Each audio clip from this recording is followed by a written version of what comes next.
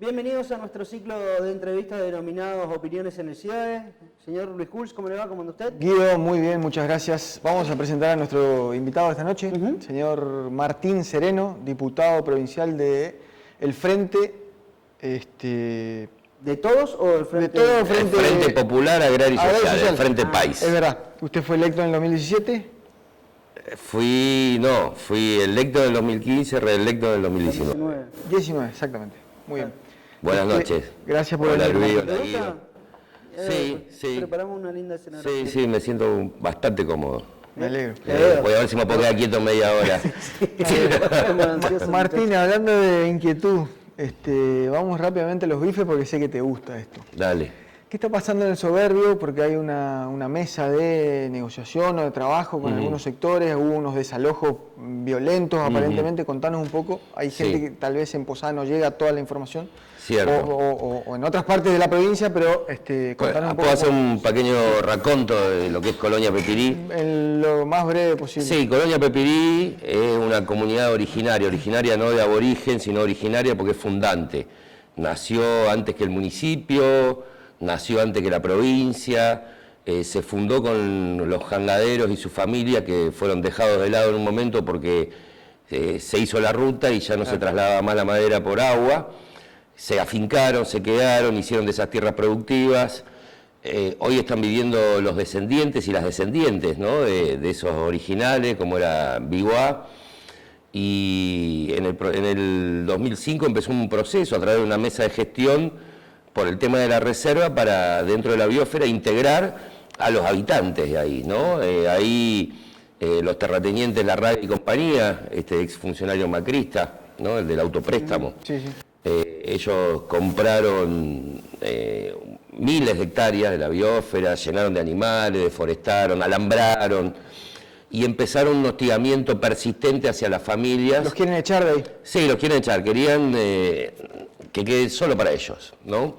Que incluyó amenazas, zanelos contra el cementerio, que es un patrimonio histórico-cultural de nuestra provincia, ¿no? Hay tumbas del 1880 y pico ahí. De las 40 y pico de familias que había en su momento, quedaron muy pocas resistiendo. Hoy hay 11 familias viviendo ahí que no aceptaron ni las ofertas de dinero, ni las presiones, ni los tiros, ni los incendios, nada los movió. La semana, hace ya 15 días creo que fue, hubo una orden de desalojo de un juez, Casco, para 3 de esas familias. Cuando hablo con Casco y le digo que hay una mesa de negociación, me dice que él desconocía que había una mesa de negociación. En esta mesa de negociación está el Poder Ejecutivo Municipal, estuvo presente en una de las reuniones de derechos humanos, la Secretaría de Agricultura Familiar, Campesina e Indígena de la Nación, los pobladores, el Consejo Deliberante, y nosotros en Cámara habíamos presentado un proyecto para declarar de interés provincial esa mesa de negociación. Queríamos que se conforme realmente, que se institucionalice el diálogo y llegar a través del diálogo a una solución definitiva para esas familias que llevan, si vos contás las 4 o 5 generaciones, llevan más de 100 años viviendo ahí, ¿no? Cuando el juez se anoticia de esto, permite que las familias permanezcan ahí porque las iban a arrojar a un espacio verde con sus muebles, con todo. Entonces permitió que las alojen los vecinos dentro de este lote, digamos, y que queden sus pertenencias ahí. Siguió el proceso de diálogo, ¿no? Se hizo ya un relevamiento con puntos GPS, con superficie de producción, qué tipo de producción, por un lado, y por otro lado hay un diálogo entre el Ejecutivo Provincial y la empresa para buscar una solución definitiva. Estas 3 familias no volvieron a armar la casa, estamos en proceso de diálogo, creemos que es mejor no mover las cosas hasta que se acuerde algo. Hoy están acampando en el pueblo del Soberbio, todas estas familias de Colonia Pepirí, para manifestar qué es lo que les pasó y qué solución quiere, pacíficamente, con tranquilidad pero con firmeza, mostrándole al pueblo y juntando firmas, porque tienen un respaldo total. Todo aquel habitante del Soberbio conoce la historia de Colonia Pepirí y tienen el respaldo de todo el pueblo, inclusive del Ejecutivo Municipal, que así lo ha manifestado, ¿no? Así que bueno, esperemos que prontamente... ¿Qué sería llegar a un acuerdo? Llegar a un acuerdo es que, así como en el 2005 esta empresa reconoció ¿no?, la potestad sobre determinada cantidad de tierras de las familias, porque en el 2005 firmó un documento donde les cedían 284 hectáreas, ¿no? Después, bueno, una de las mujeres que estaba en parte del acuerdo falleció y no se terminó de concretar, pero hasta había una autorización de mensura para subdividir esto. Retomar esa sesión reconocida ya hace 15 años y que se termine esa sesión. Entonces no discutimos si son 8, 9, 6 u 11 familias. Esta es la superficie de tierra que ustedes reconocieron que correspondía a los habitantes de Colonia Pepirí.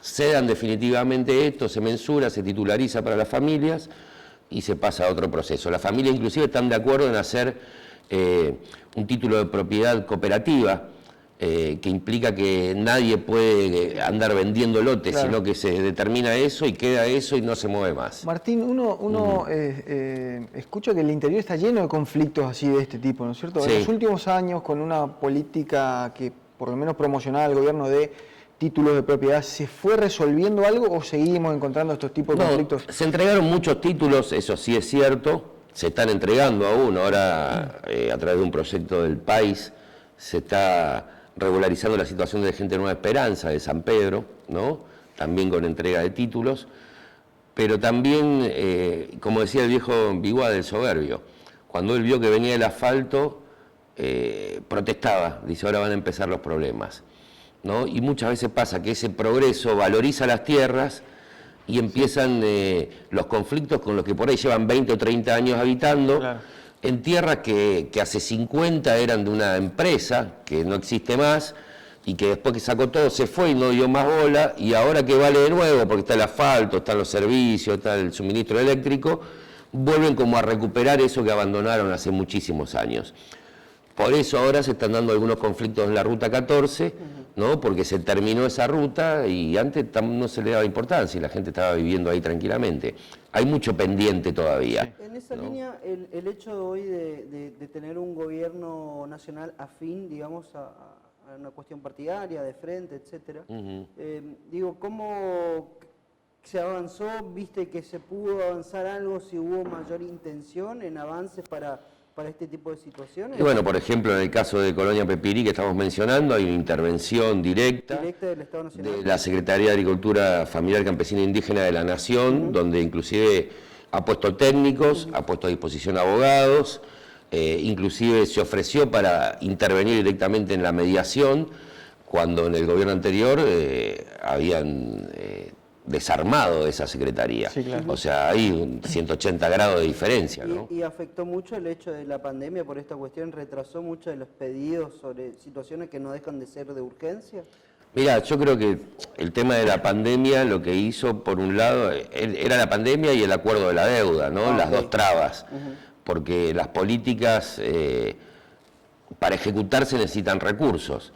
Y digamos que estas dos situaciones hicieron destinar muchísimos, miles de millones, cientos de miles de millones a cosas más urgentes que por ahí las políticas que son a mediano y largo plazo de solución de problemas. Las políticas están, el camino, digamos, el horizonte está clarito, pero ¿cuánta plata se destinó al IFE o al salvataje pagando el 50% de los salarios de las pymes y de las empresas, o a los recursos sanitarios y de salud?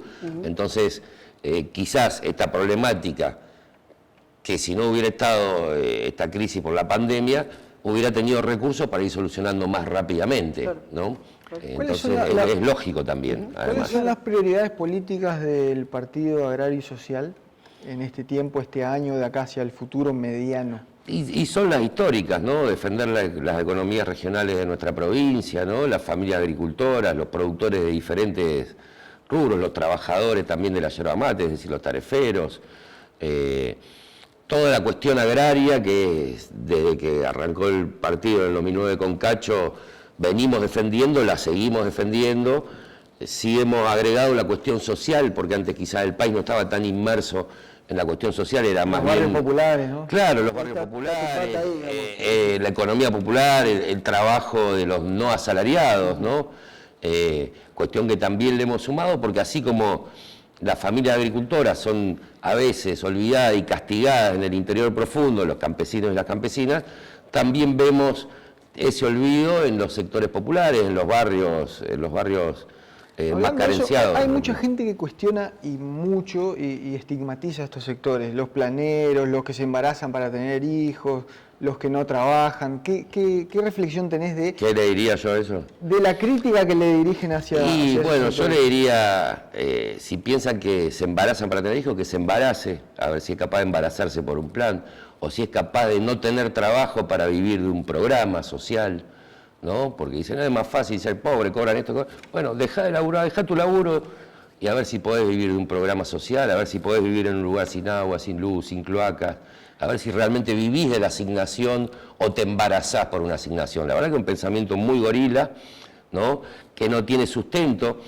Todos eso que decían planeros, ese salario social complementario que venía a complementar el ingreso que se generaban a través del trabajo que se inventaron para subsistir porque no hay empleo, ese salario social complementario es lo mismo que le dio a las pymes y a las empresas, sí, claro, porque les dio un 50% para que cubran los salarios. Es lo mismo aplicado a la economía formal.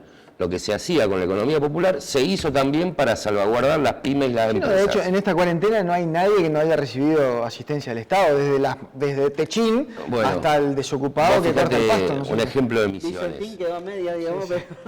Pero... Un ejemplo de Misiones. El 56% de la población económicamente activa de Misiones cobró el IFE. ¿Qué quiere decir eso? Que vos tenés un alto porcentaje de la población en condición laboral que no tiene un empleo formal. Es mucha gente, el 56% de la población económicamente activa acá cobró el IFE. Es una de las provincias que con uno de los porcentajes altos, ¿no? ¿Y qué lectura haces de eso? Y que hay mucha gente que no tiene empleo formal. Que realmente no tiene empleo formal porque si no, no podés cobrar el IFE. Ajá. Entonces estamos hablando de que un 56% de esa población no tiene un laburo con salario, con derechos reconocidos, con aguinaldo, con aportes sociales, con jubilación, con vacaciones. No tiene laburo, se inventó su laburo. ¿Qué lecturas es de la marcha del 17 de agosto, donde se dio un sector importante de la población? Bueno, fue en Buenos Aires, hubo también repercusiones en nuestra provincia, digo, te estoy observando... Sí, no es serio. Es preocupante, pero no es serio, porque es ese sector... Yo te digo, yo vi la marcha en Posadas y era bastante numerosa, no era tan... Sí, por eso digo, es preocupante, pero no es serio, ¿no? ¿Por qué? ¿Por qué es preocupante y por qué no es serio? Es preocupante porque es numerosa, es preocupante porque se nota una influencia todavía de las corporaciones mediáticas en la opinión pública, no hemos aprendido, y no es seria porque vos escuchabas algunos testimonios que decían, yo estoy en contra de la reforma de la Constitución. ¿Qué reforma de la Constitución? Ah, ¿no se reforma la Constitución? No, ¿qué se reforma la justicia? Estoy en contra de la reforma de la justicia. O sea, muchas veces en contra de la vacuna, de la cuarentena, en contra de... ¿tá? ¿No será en contra del kirchnerismo / peronismo / populismo? En contra del gobierno popular. Eso. Es clarito que es en contra de eso. ¿No es cierto? Pero es nada más que como un sentimiento. No tiene pensamiento, no tiene intelectualidad, no tiene... Pues ahí no quieren esto. No quieren esto. También es el antiperonismo histórico, ¿no? Que existió siempre, desde que existió el peronismo, existió el antiperonismo. Antes del peronismo existió el anti-irigoyenismo. Sí. Es lo mismo, el sector que quizás tiene una mirada... Sí, conservadora. Sí, hasta elitista te diría, ¿no? Nada de lo que sea popular le va a gustar nunca, por más que sea buenísimo. No es todo bueno, hay errores en las políticas populares, como en todas. Claro. Pero por más bueno que sea, no le va a gustar porque son antipopulares. ¿Qué lectura haces en este marco de los meses complejos que tuvo que atravesar el presidente Alberto Fernández? Sí, yo creo que vienen meses igual o más complejos. Realmente creo que la han piloteado muy bien. Agarra un país arrasado, ¿no? Por más que nos hayamos olvidado porque fue hace 9 meses, el macrismo dejó 15 millones de pobres, dejó... decenas de miles de pymes cerradas, industria caída, un desempleo fuerte, una inflación muy alta, un costo de vida insostenible. Agarró ese país, esta administración, este gobierno, y a los 40 días, 60 días, vino la pandemia, con lo cual se paralizó más la economía, estaba la negociación con la deuda, y sin embargo... tengo la convicción de que ha sostenido lo imprescindible, que fue abocar los recursos a salud y al salvataje de los sectores más maltratados y con mayores necesidades. Ahora esto sigue, pase o no la pandemia, ¿no? Las consecuencias, Sí, sí. Y yo creo que tenemos unos 12 meses muy difíciles, y si remontamos en 12 meses y empezamos a acomodarnos, estaría muy bueno. Yo creo que el escenario va a ser de un 60% de pobreza. 60%. Yo creo que para fin de año vamos a estar en un 60% de pobreza, ¿no?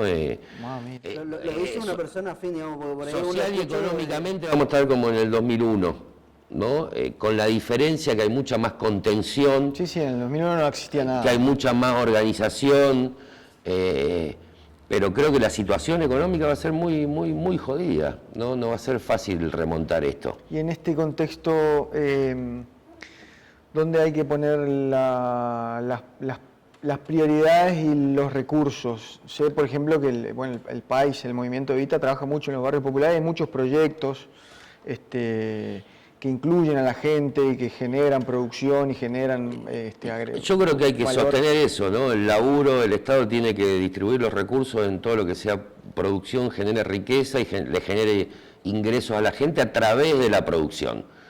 Entonces, en todo lo que sea, por ejemplo, vamos al agro, la producción de alimentos, la producción de todo lo que pueda sembrar y cosechar las economías regionales, tiene que haber recursos, tiene que haber seguimiento, tiene que haber un respaldo real, material y técnico por parte del Estado.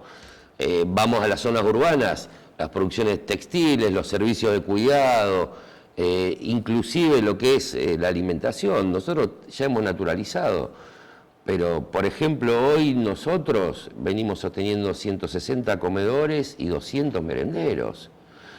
En toda la provincia. Claro, en toda la provincia.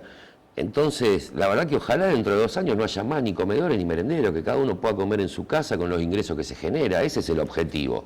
Mientras tanto hay que atender. El hambre es urgente, no podés decir, no, atendamos otra cosa y esto que espere. No, esto no puede esperar, ¿no? Y cada vez vos ves más gente que se vuelca a estos lugares, ¿no? A pesar de la pandemia, lo que se hace ahora es no se juntan en un lugar, sino que todo el mundo acerca un tupper, algo, y pasa a retirar y lleva a su casa o se le entrega. Hay concientización por los sectores, por ahí hay una cosa de mucho prejuicio.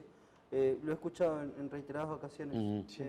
De esto de en los barrios populares no se respeta la cuarentena, No, al contrario, si vos ves, parecen quirófanos las cocineras y los comedores, ¿no? Cómo se manejan. Es lo primero que hicimos, porque si no, vamos al ejemplo de nuestra provincia, hubiera estallado. Sí, sí. Si nosotros y nosotras no nos hubiésemos cuidado en seguir todos los protocolos preventivos y de higiene y sanitarios, se hubiera multiplicado inmediatamente. Vos te imaginás que una olla de 100 litros es para 150 personas. Claro. Eso Sí, hubiera explotado. sí, ¿Entendés? Entonces sí, yo creo que sí hay conciencia, no en todos ni en todas, pero eso no es una diferencia de clase. Al contrario, quizá hemos visto más ejemplos de menosprecio a la prevención en los sectores más pudientes de la sociedad. Martín, ¿cómo ves, y si haces el análisis en algún momento del rol político que hoy está teniendo el Partido Agrario y Social en la provincia y siendo parte del gobierno nacional? Uno de afuera ve que tienen más espalda por lo menos que en años anteriores, por ejemplo, donde el gobierno nacional era totalmente opositor, donde había más representatividad del macrismo o de Cambiemos en la provincia, hoy está como más diezmado ese espacio. Da la sensación que se han fortalecido. ¿Cuál es tu análisis del Partido Agrario y Social hoy dentro del frente que gobierna el país? Bueno, por un lado creo que esa espalda también está dada por el laburo continuo del país, ¿no? Por el desarrollo territorial y el laburo diputado continuo. nacional, 4 diputados provinciales, 30 concejales, intendencias. 3 intendencias, ¿no? El desarrollo territorial e histórico, estos 11, 12 años de laburo permanente, han marcado, y ustedes lo han visto, en todas las elecciones se ve un crecimiento del país, ¿no? Indudablemente que al formar parte del Frente de Todos, formar parte de ese proyecto político que hoy es gobierno, también le da un poco más de espalda al país, ¿no? Es lógico, una consecuencia lógica. Somos parte del proyecto que gobierna el país hoy. Y hoy tienen una voz en el Congreso de la Nación que puede llevar la problemática. Lo tenemos a Cacho y lo ha demostrado, ¿no? A pesar de que que por ahí la agenda nacional era la pandemia, él ya ha llevado varios temas que tratan de las necesidades de las economías regionales, de nuestros pequeños productores, ya ha llevado esos proyectos, el FEI, el de los tractores, o sea, ha llevado esa problemática, ¿no?, al Congreso de la Nación. La semana pasada tuvo una reunión donde estaba discutiendo el tema del tabaco, el tema del tabaco y esa excepción de una industria, de una copiadora, de una exportadora tabacalera que no está aportando al FET y causa, la verdad, un desfinanciamiento en muchas de las provincias. Acá en Misiones casi 4.000 millones estamos perdiendo por eso. Te preguntabas sobre cómo lo veías al presidente Alberto Fernández, ahora te pregunto sobre la figura de nuestro gobernador Óscar Herrera Huac, sobre todo en la cuestión del manejo de pandemia, etcétera. Bueno, indudable que acá se ha trabajado muy bien con la pandemia en Misiones, por eso tenemos los números que tenemos. La verdad que tener en todo este proceso 54 infectados positivos te habla de un cuidado real, más sobre todo con Brasil, con los coladores que tenemos en las fronteras secas, ¿no?, de nuestra provincia, donde el 70% es frontera, donde vos ves que Brasil explota. Y la verdad que se ha cuidado, para mí, la verdad que coincido en el manejo que se ha hecho con la prevención.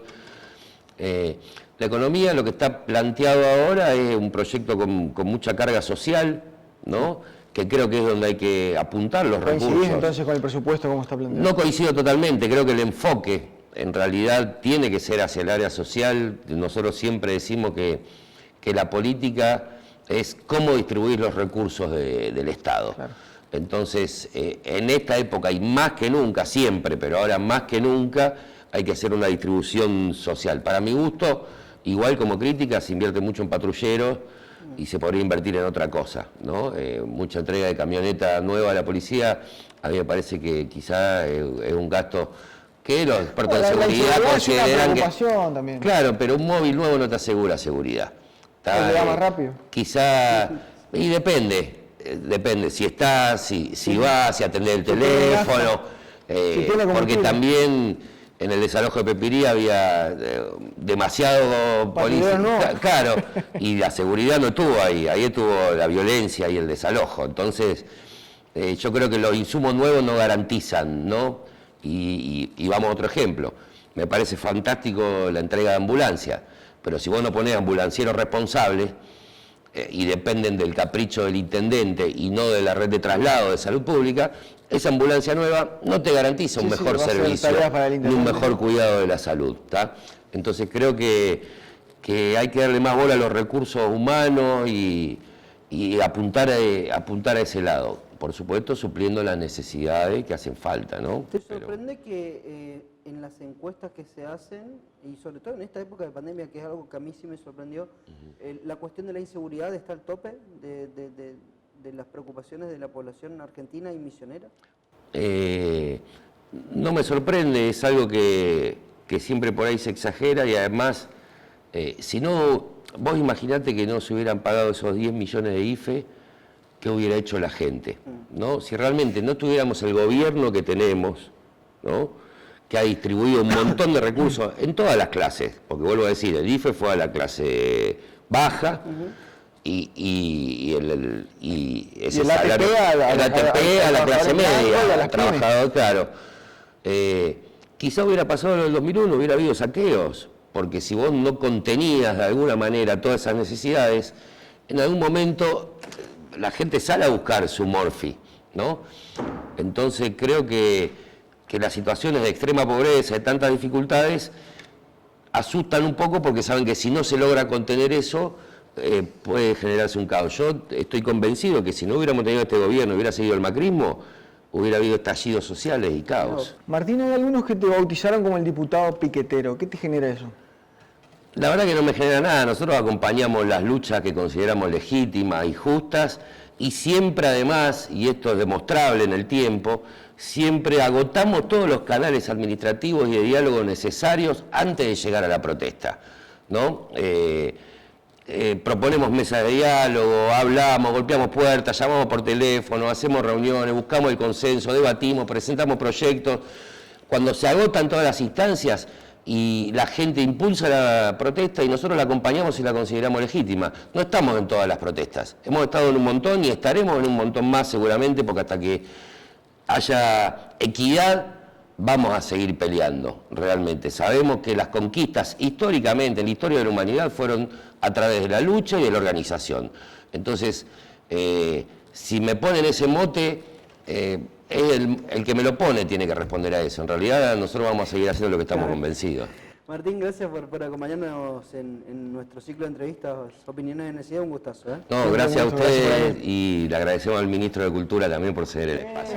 Me robó el cierre. No sabía. Pero bueno, ya aprovechamos y saludamos a la gente del Centro Cultural Vicente Ciades por cedernos el espacio, a la gente de Canal 4 Posadas que retransmite estas entrevistas.